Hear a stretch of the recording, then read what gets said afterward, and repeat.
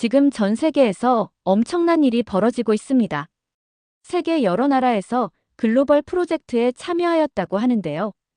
그중 세계 최고로 손꼽히는 나라들을 제치고 한국이 선정되었다고 합니다. 최종 파트너로 선정되어 세계에서도 주목받고 있습니다. 그리고 세계 최고 기술자들의 한국 방문이 끊이지 않는다고 하는데요. 과연 어떻게 이런 현상들이 일어나고 있는 걸까요? 그럼 오늘의 사연 들어보겠습니다. 잠깐만요. 좋아요와 구독 버튼 부탁드려요. 댓글은 영상 제작에 큰 힘이 됩니다. 안녕하세요. 저는 올리버 해리스입니다. 20년 동안 영국 인프라 기업에서 스타 엔지니어로 일하고 있죠. 저는 유럽의 어떤 문제든 해결할 수 있는 사람이었어요. 제 자신감이 흔들릴 수 있다고 생각해 본 적도 없었죠. 브리스톨에 있는 제 사무실 벽에는 상들이 가득 걸려 있었거든요. 유럽에서 받은 큰 상, 중요한 인물들과 찍은 사진들, 우리 회사가 얼마나 대단한지 소개하는 신문 기사들로 가득했죠. 또 하루가 시작되고 또 문제 하나를 해결하겠네. 매일 아침 혼잣말을 하곤 했어요. 회사 건물로 걸어 들어가기 전이었죠. 제 팀은 최고의 학교들에서 제가 직접 뽑은 똑똑한 사람들이었고, 우리는 완벽하게 호흡을 맞추고 있었어요. 우리 기술로 파리, 로마, 함부르크를 더 나은 도시로 만들었죠. 누가 우리보다 더 잘할 수 있겠어요? 사우디 왕실이 6천억 달러 규모의 거대한 나이트폴 시티 프로젝트를 발표했을 때 저는 정말 신이 나고 있었어요. 사막 한가운데 스마트 시티라고요? 50도가 넘는 열기와 모래 폭풍. 우리 같은 팀에게는 식은 죽 먹기처럼 쉬운 일로 보였죠. 추가 테스트도 필요 없어요. 저는 회사 리더들에게 말하면서 우리의 완벽한 컴퓨터 모델을 가리키고 있었어요. 우리 시스템은 두바이에서 완벽하게 작동했잖아요. 이건 우리가 이미 알고 있는 것에 약간의 변화만 주면 되는 일이에요. 사무실에 앉아 우리의 과거 성공작들 사진을 보고 있었던 기억이 나요. 파리의 교통 시스템은 이동 시간을 절반으로 줄여주었죠. 로마의 수도 시스템은 기록적인 폭염 속에서도 한 번도 고장나지 않았고요. 함부르크의 에너지 그리드는 3번의 큰 폭풍 속에서도 완벽하게 작동했어요. 올리버 해리스는 실패하지 않아 제 상사가 농담처럼 말하곤 했어요. 그리고 저는 그걸 진심으로 믿고 있었죠. 제 여행 가방에는 더운 날씨용 가벼운 정장들이 가득 차 있었어요. 심지어 아랍어로 된 명함도 인쇄했는데 이런 작은 배려가 사우디 관계자들에게 인상적으로 보일 거라고 생각하고 있었죠. 한국 팀이 걱정되지 않으세요? 제 비서가 서류를 건네주며 물었어요. 그들이 몇 년 동안 사막 기술을 연구해왔다고 들었어요. 한국팀. 그들은 연구실에서는 잘할지 모르지만 실제 세계의 엔지니어링은 다르지. 우리는 수십 년 동안 현장에서 증명해왔잖아. 사우디아라비아로 떠나기 전날 아침, 우리 테스트 시설을 둘러보고 있었어요. 엔지니어들이 마지막으로 장비들을 점검하고 있었죠. AI 주차 시스템, 태양광 패널, 자동화된 장비까지. 모든 것이 예상대로 완벽해 보였어요. 센서 케이싱을 다시 한번 확인해봐. 걱정보다는 습관적으로 말했어요. 사막의 모래는 까다로울 수 있으니까. 이미 확인했습니다. 선생님, 제 수석 엔지니어가 대답하고 있었어요. 두바이에서 완벽하게 작동했던 것과 같은 케이싱이에요. 걱정할 것 없습니다. 그날 밤, 프랑스 사무실의 마리와 독일의 헬무트와 함께 저녁을 먹고 있었어요. 우리는 다가올 성공을 위해 건배했죠. 나이트폴 시티를 위해 마리가 잔을 들며 말했어요. 서양 엔지니어링의 또 다른 승리가 될 거예요. 사우디 사람들이 너무 감동해서 도시를 더 지어달라고 할걸요. 헬무트가 자신감 넘치는 미소로 덧붙였어요. 그때 모든 것을 바꿔놓을 전화가 왔어요. 우리의 사우디 담당자인 야신이 놀라운 소식을 전하고 있었죠. 해리스 씨, 전화기 너머로 그의 목소리가 심각하게 들렸어요. 왕세자님께서 특별한 결정을 내리셨습니다. 모든 기술은 실제 사막에서 일주일 동안 테스트되어야 합니다. 저는 전혀 걱정하지 않고 있었어요.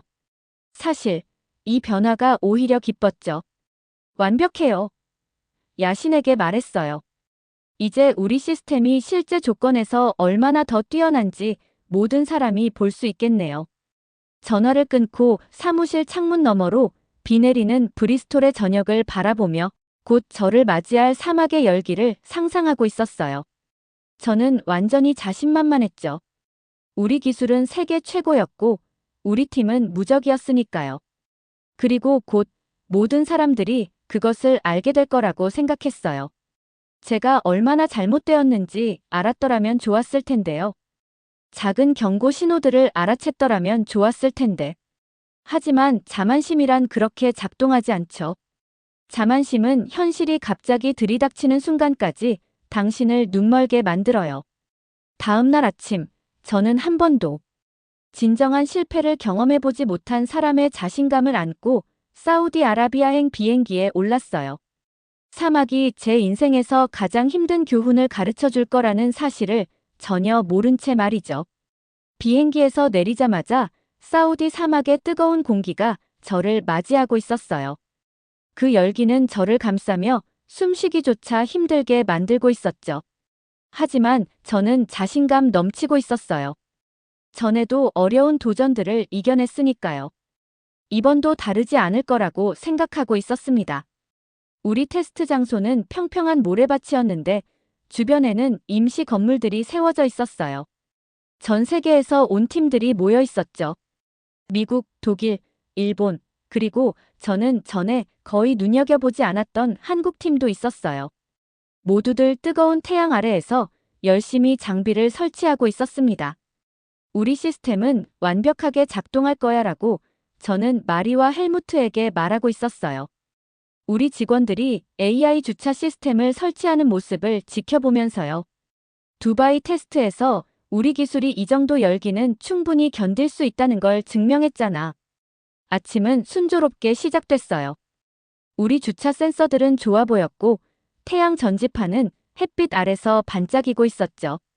장비들도 전원이 들어오면서 소리를 내고 있었어요. 저는 사우디 담당자들이 테스트를 시작하러 오는 모습을 지켜보고 있었습니다. 그런데 갑자기 모든 것이 잘못되기 시작했어요.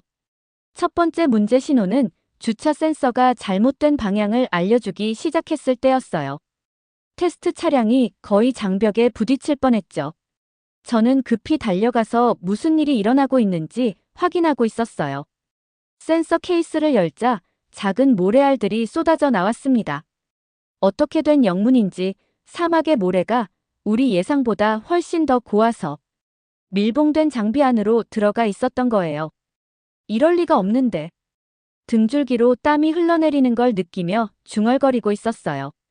이 케이스들은 두바이에서는 완벽하게 작동했는데. 하지만 두바이는 이곳과 달랐어요. 그걸 너무 늦게 깨닫고 있었던 거죠.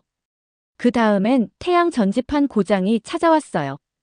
사막의 열기가 우리 모델이 예측했던 것보다 훨씬 강했거든요. 패널들은 과열되어 출력이 급격히 떨어지고 있었어요. 우리 냉각 시스템은 반사되는 모래 위로 내리쬐는 강렬한 태양을 감당하지 못하고 있었죠. 오후가 되자 우리 장비는 완전히 멈춰버렸어요. 사막의 낮과 밤 사이 큰 온도 차이가 센서들을 혼란스럽게 만들고 있었던 거죠.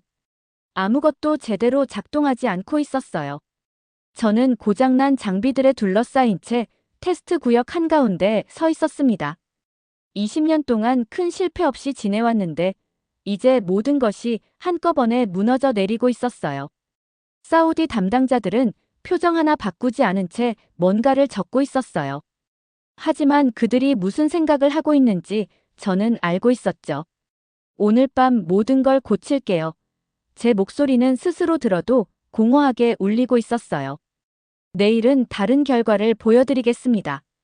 그날 저녁 호텔방으로 돌아온 저는 저녁을 먹을 수가 없었어요. 어떻게 이런 일이 일어날 수 있었을까요? 우리 계산은 완벽했고 우리 시스템은 다른 모든 곳에서 잘 작동했었는데 저는 해결책을 생각하며 방 안을 계속 왔다 갔다 하고 있었어요. 센서를 조정하고 태양 전지판에 추가 냉각 장치를 달고 장비를 다시 프로그래밍하면 과연 충분할까요? 시간이 충분할까요? 자정쯤 창가로 가서 멀리 테스트 현장을 바라보고 있었어요. 그때 이상한 걸 발견했죠. 현장 한 구석에 불이 켜져 있었어요. 누군가가 밤새 일하고 있었던 거예요. 호기심에 이끌려 방을 나섰어요. 누가 저기서 무얼 하고 있는지 직접 봐야 했거든요. 사막의 밤은 의외로 추웠어요. 불빛을 향해 걸어가는 동안 가까이 다가가자 한국팀이 조명 아래서 일하고 있었어요. 그들의 리더인 이민준 씨가 장비를 확인하고 조정하고 있었죠. 저는 그림자 속에 서서 그들이 센서 앞에 얇은 필터를 설치하고 태양 전지판에 어떤 코팅을 바르는 모습을 지켜보고 있었어요. 그들의 순행식 시스템은 제가 전에 본 어떤 것과도 달랐어요. 단순하지만 정말 영리했죠. 민준 씨는 누군가 지켜보고 있다는 걸 느꼈나 봐요. 그가 돌아서서 저를 보더니 가볍게 고개를 숙여 인사하고 있었어요. 해리스 씨, 그가 공손하게 말했어요. 이렇게 늦게까지 안 주무셨네요. 그의 차분한 태도에 이끌려 저는 더 가까이 다가갔어요. 저 개조한 것들은 뭔가요? 센서에 달린 필터를 가리키며 물었어요. 민준 씨는 살짝 미소 지었어요.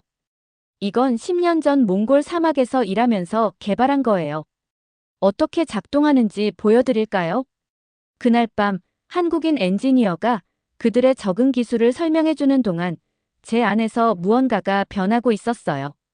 오랜 시간 저는 말하지 않고 듣고만 있었죠. 저는 그의 팀이 실제 사막 환경에서 몇 달 동안 장비를 테스트했다는 걸 알게 됐어요. 그들은 실제로 이런 문제를 매일 겪는 사람들 속에서 생활했던 거죠. 그들의 설계는 기술적으로 뛰어날 뿐만 아니라 실제 사람들의 실제 문제를 해결하기 위해 만들어진 거였어요. 이른 새벽 사막 위로 빛나는 별들 아래 호텔방으로 걸어가면서 저는 뭔가 달라진 기분을 느끼고 있었어요.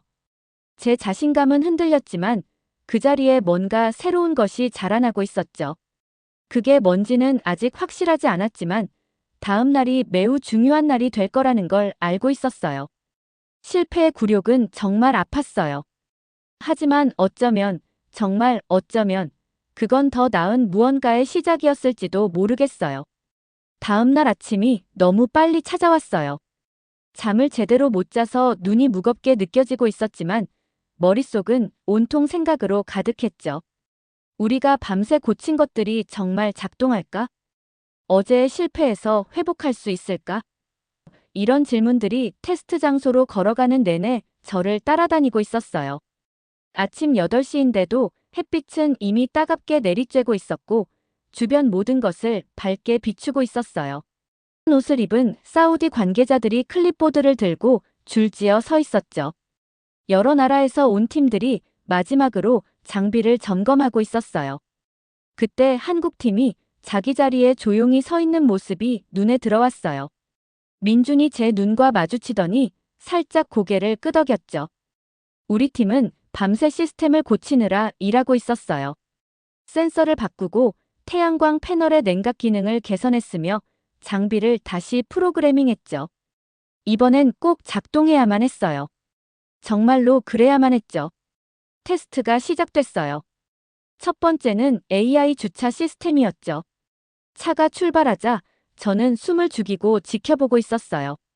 우리 센서는 처음에는 제대로 작동하는 것 같았고 차량을 올바르게 안내하고 있었죠. 그런데 또 일이 터졌어요.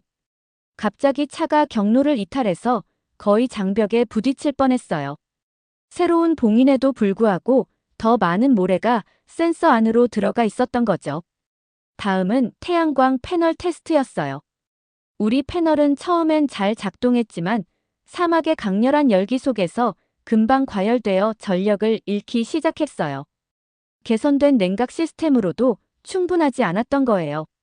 장비 테스트가 마지막이었어요. 약 1시간 정도는 잘 작동했지만 결국 온도 변화 때문에 또다시 멈춰버렸죠. 저는 그곳에 서서 이틀 연속으로 우리 기술이 실패하는 모습을 지켜보고 있었어요. 팀원 몇 명은 제 눈도 쳐다볼 수 없는 상황이었어요. 그 다음은 한국팀 차례였어요. 그들의 시스템은 완벽하게 작동했죠.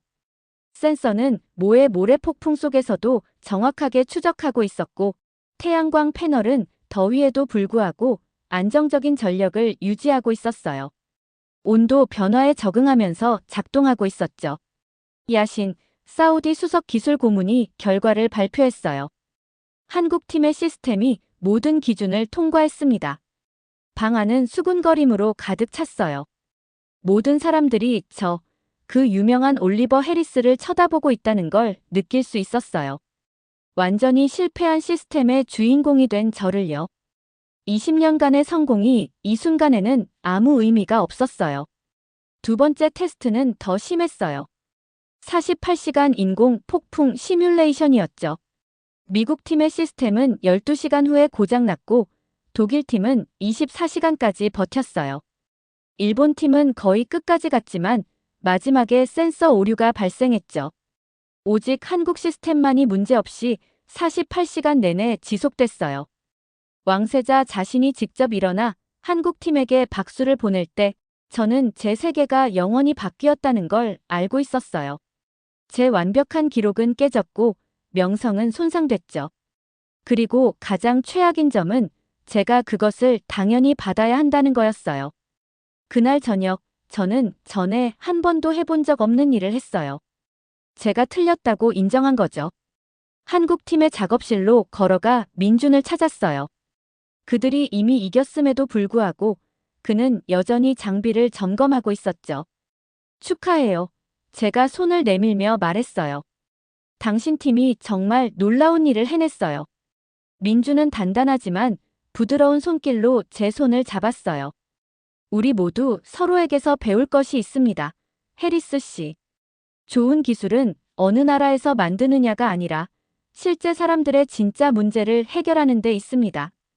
그의 말이 저를 강하게 때렸어요. 그는 맞았어요. 저는 이기는 것, 최고가 되는 것, 영국 기술이 우수하다는 것을 증명하는 데만 집중하고 있었어요. 우리가 왜 기술을 만드는지 그 첫 번째 이유를 잊고 있었죠. 사람들을 돕기 위해서라는 점을요. 그날 밤 늦게 우리는 호텔 커피숍에 있었어요. 민주는 몇 년 전 몽골 사막에서의 작업에 대해 이야기해 주었어요. 그의 팀은 장비를 단 하나라도 설계하기 전에 유목민 가족들과 몇 달 동안 함께 살며 그들의 일상적인 어려움을 직접 경험했다고 했죠. 최고의 기술은 실험실이 아니라 현장에서 나옵니다. 그가 설명하고 있었어요. 사용자가 우리 디자인을 형성해야지 그 반대가 되어서는 안 돼요. 저는 고개를 끄덕이며 우리 회사가 이 원칙에서 얼마나 멀어졌는지 깨닫고 있었어요. 우리는 브리스톨의 멋진 사무실에서 설계하고 컴퓨터 시뮬레이션을 실행하고 우리가 무엇이 최선인지 알고 있다고 가정했죠. 우리는 거의 우리 기술을 실제로 사용할 사람들과 이야기하지 않았어요. 서울에 있는 당신의 연구시설을 보여주시겠어요? 제가 물었어요. 그 질문은 저 자신도 놀라게 했죠. 민주는 미소를 지었어요. 영광일 것입니다. 그날 밤 제 방으로 돌아가는 길에 이상한 느낌이 들었어요. 제가 하려고 온 일에 완전히 실패했죠. 제 완벽한 기록은 사라졌고 자신감은 산산조각 났어요. 하지만 어쩐지 더 가벼운 느낌도 들고 있었어요. 마치 오랫동안 자만심의 안개를 통해 보다가 마침내 선명하게 보게 된 것 같은 느낌이었죠. 저는 항상 선생님, 전문가, 모든 답을 가진 사람이었어요. 이제 제 경력에서 처음으로 저는 학생이 되고 있었어요. 그리고 비록 자존심은 상처받았지만 제 안의 작은 부분은 배우게 될 것에 설레고 있었죠. 사막은 저에게 실패를 직면하도록 강요했어요. 하지만 이 실패가 과거의 모든 성공보다 더 나은 무언가로 이어질지도 모른다는 생각이 들었어요. 서울로 가는 비행기는 단순히 거리만 건너는 게 아닌 것 같았어요. 날아가는 매 순간마다 저는 예전의 저를 뒤로 하고 있었습니다. 실패한 적 없고 항상 최고라고 생각했던 올리버 해리스를요. 비행기가 내려오고 있을 때 저는 어린아이처럼 창문에 얼굴을 바짝 대고 있었어요. 서울이 아래로 펼쳐지고 있었어요. 높고 반짝이는 건물들과 곡선 지붕을 가진 전통 건축물이 아름답게 어우러진 모습이었죠. 강들이 가로지르고 있었고 공원들이 도시 곳곳에 자리 잡고 있었어요. 제가 상상했던 것과는 완전히 달랐습니다. 20년 전만 해도 이 지역들 중 많은 곳이 개발되지 않았었죠. 민준 씨가 이제는 스마트 빌딩으로 가득 찬 지역들을 가리키며 설명하고 있었어요. 우리는 기술이 사람들과 함께 성장해야지 따로 떨어져서 자라면 안 된다는 걸 배웠어요. 공항은 깨끗하고 효율적이었어요. 로봇들이 여행객들의 길 찾기를 돕고 있었죠. 우리는 열차를 타고 도심으로 향했어요. 모든 게 사람을 생각하며 설계된 듯 완벽하게 작동하고 있었습니다. 저는 어르신들이 큰 버튼과 명확한 안내문이 있는 티켓 기계를 쉽게 사용하고 있는 모습을 눈여겨보고 있었어요. 작은 디테일이지만 중요한 부분이었죠. 민준 씨의 연구시설은 제 예상을 완전히 깨버렸어요. 저는 엔지니어들이 각자 방에서 조용히 일하는 차갑고 엄격한 곳을 상상하고 있었거든요. 하지만 그곳은 사람들이 여러 구역을 자유롭게 오가는 활기찬 열린 공간이었어요. 엔지니어들은 예술가, 과학자들, 그리고 새 제품을 시험해보는 일반인들 옆에서 일하고 있었습니다. 여기가 우리 주요 혁신센터예요. 민준 씨가 걸어다니면서 설명하고 있었어요. 우리는 좋은 아이디어는 어디서든 누구에게서든 나올 수 있다고 믿거든요. 한 방에서는 연구원들이 영상통화로 사막 근로자들을 인터뷰하며 그들의 일상적인 어려움에 대해 물어보고 있었어요. 근로자들은 제가 전에 고려하지 않았던 문제들을 지적하고 있었죠. 모래가 기계뿐만 아니라 그것을 청소해야 하는 사람들에게 어떤 영향을 미치는지 또는 짧은 비가 특정 사막 지역에서는 어떻게 도움보다 더 많은 문제를 일으킬 수 있는지 같은 것들이요. 다른 방에서는 기계들이 그날 아침에 받은 사용자 피드백을 바탕으로 새 부품을 빠르게 만들고 있었어요.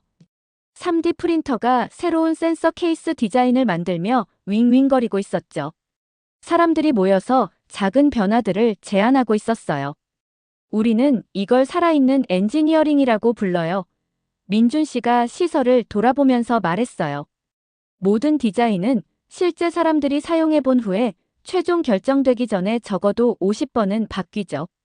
가장 인상 깊었던 순간은 젊은 엔지니어가 테스트 중에 실패한 장치를 발표했을 때였어요. 변명하거나 남 탓하는 대신 그 실패에 오히려 기뻐하는 것 같았어요. 이제 우리는 작동하지 않는 방법을 하나 더 알게 됐어요. 그녀가 밝게 말하며 즉시 태블릿에 새로운 아이디어를 그리기 시작하고 있었어요. 방 안의 모든 사람들이 제안을 하고 있었죠. 누구도 아이디어의 공로를 누가 가져갈지 걱정하지 않는 것 같았어요. 그들은 오직 문제 해결에만 관심을 두고 있었습니다. 그날 저녁, 우리는 서울의 붐비는 거리를 걷고 있었어요. 도시는 생명력으로 가득 차 있었죠. 음식 노점상, 가족들, 가방을 맨 학생들. 기술은 어디에나 있었지만 지배적이지 않았어요. 인간의 경험을 대체하기보다는 지원하고 있었죠. 우리는 테이블에 그릴 이 내장된 작은 식당에 들렀어요. 얇게 썬 쇠고기와 채소를 구우면서 저는 마침내 고통스러운 진실을 제 자신과 민준 씨에게 인정하고 있었습니다. 저는 잘못된 문제들을 해결하고 있었어요. 고기가 그릴에서 익고 있는 걸 보며 말했죠. 아니면 실제 사람들이 실제로 가지고 있지 않은 문제들을 해결하고 있었던 거예요. 민준 씨는 고개를 끄덕이며 제 컵에 차를 따라주었어요. 똑똑한 엔지니어들이 빠지는 가장 위험한 함정은 기술이 그 자체로 중요하다고 생각하는 거예요. 인간성 없는 기술은 그저 비싼 금속과 플라스틱일 뿐이죠. 20년 동안의 잘못된 자신감의 무게가 저를 짓누르고 있었어요. 우리의 성공적인 프로젝트들 중 얼마나 많은 것들이 실제 인간의 필요를 해결하지 못했을까요? 얼마나 많은 지역사회에 우리가 그들과 함께 설계하는 대신 우리의 해결책을 강요했을까요? 제 회사의 사고방식 전체를 바꿀 수 있을지 모르겠어요. 저는 미래에 대한 의심이 제 생각을 흐리게 하며 인정했어요. 민준 씨의 대답은 단순하지만 강력했어요. 변화는 다르게 보려는 한 사람에서 시작돼요. 하룻밤 사이에 모든 걸 고칠 필요는 없어요. 그날 밤 호텔로 돌아와서 서울의 반짝이는 하늘을 바라보고 있었어요. 건물들은 불빛으로 반짝이고 디지털 디스플레이는 다채로운 광고를 보여주고 있었죠. 하지만 제가 방문했던 다른 많은 도시들과 달리 이곳의 기술은 단순히 과시하는 것 이상의 목적이 있는 것 같았어요. 그것은 그와 함께 살아가는 사람들을 위해 봉사하고 있었죠. 저는 브리스톨에 있는 제 화려한 사무실, 그 안의 상장들과 인증서들을 생각하고 있었어요. 일주일 전만 해도 그런 것들이 너무 중요해 보였는데, 이제는 마치 잘못된 규칙으로 게임을 이긴 상품처럼 공허하게 느껴지고 있었어요. 내일이면 저는 집으로 돌아가 제 팀, 상사들, 동료들을 마주해야 했어요.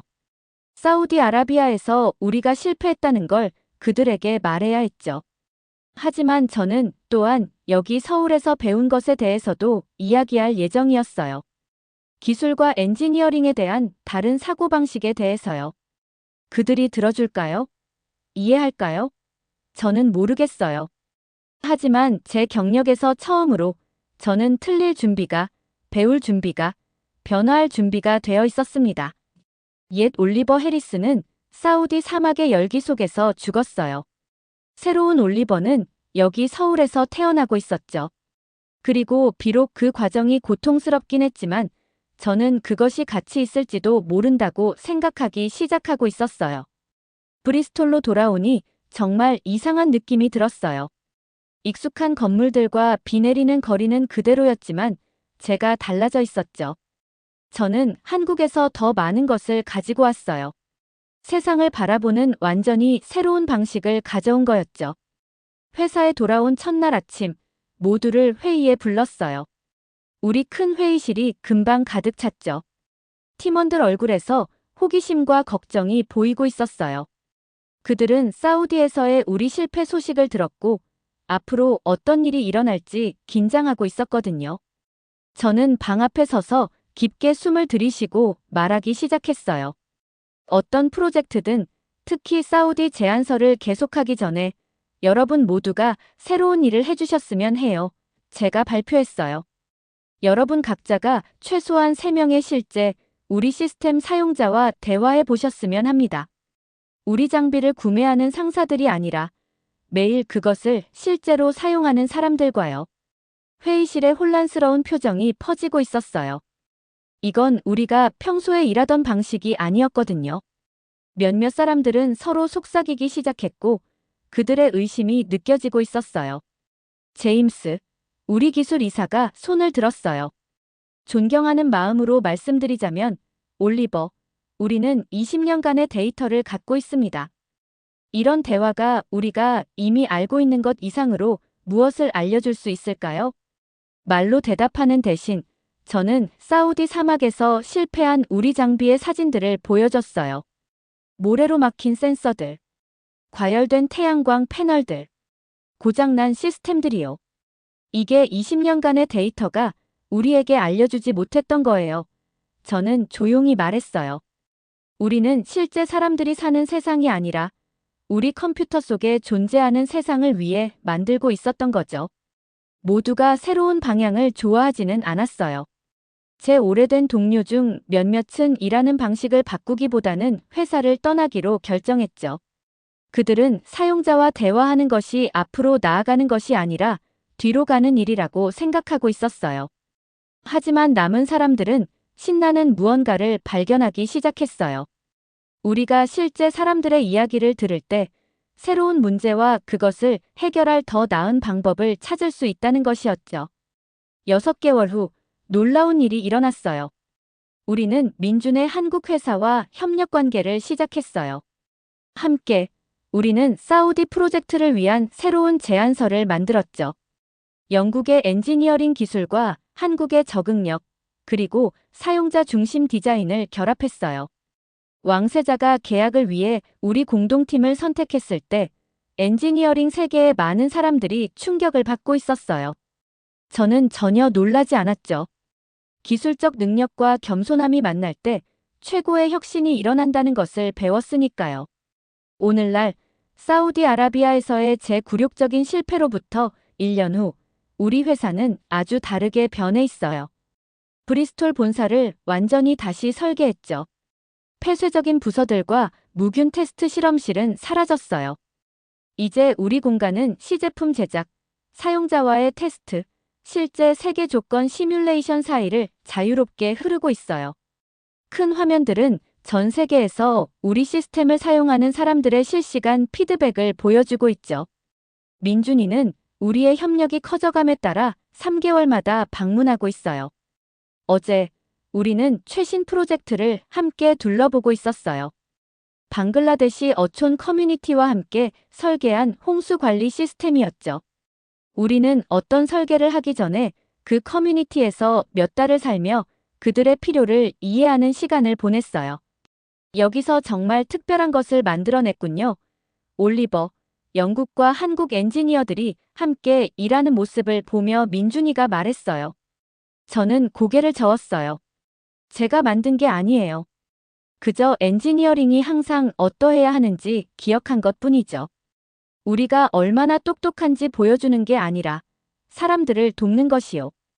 여러 국가와 배경을 가진 사람들이 모인 우리 팀들이 일하는 모습을 보면서 저는 제 가장 큰 직업적 실패가 가장 큰 선물이 되었다는 것을 이해하고 있었어요. 그 실패가 제 확신을 깨고 지혜가 흘러들어올 수 있게 했던 거죠. 민준이가 선물한 작은 나무 표지판에는 영어와 한국어로 적혀 있어요. 인간성 없는 기술은 그저 비싼 금속일 뿐입니다.